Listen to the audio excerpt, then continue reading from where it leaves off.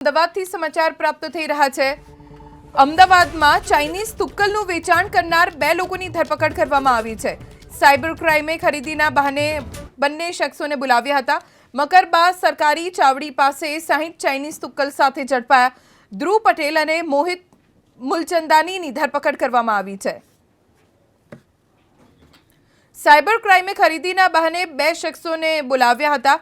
મકરબા સરકારી ચાવડી પાસેથી 60 ચાઇનીઝ તુક્કલ સાથે ધ્રુવ પટેલ અને મોહિત મુલચંદાનીની ધરપકડ કરવામાં આવી છે। ચાઇનીઝ દોરી, ચાઇનીઝ તુક્કલ પ્રતિબંધિત છે, છતાં પણ તેનું વેચાણ દર વર્ષે ઉત્તરાયણના પર્વની દરમિયાન થતું હોય છે।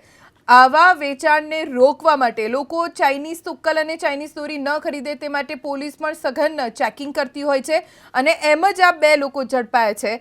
સાયબર ક્રાઇમે પોતાને ચાઇનીઝ તુક્કલ ખરીદવી છે એવી રીતે બંને શખ્સો માટે છટકું ગોઠવ્યું અને જ્યારે મકરબા સરકારી ચાવડી પાસે બંને શખ્સો તુક્કલનું વેચાણ કરવા માટે આવ્યા તો તેમની પાસેથી 60 ચાઇનીઝ તુક્કલ મળી આવી। બંનેની ધરપકડ થઈ।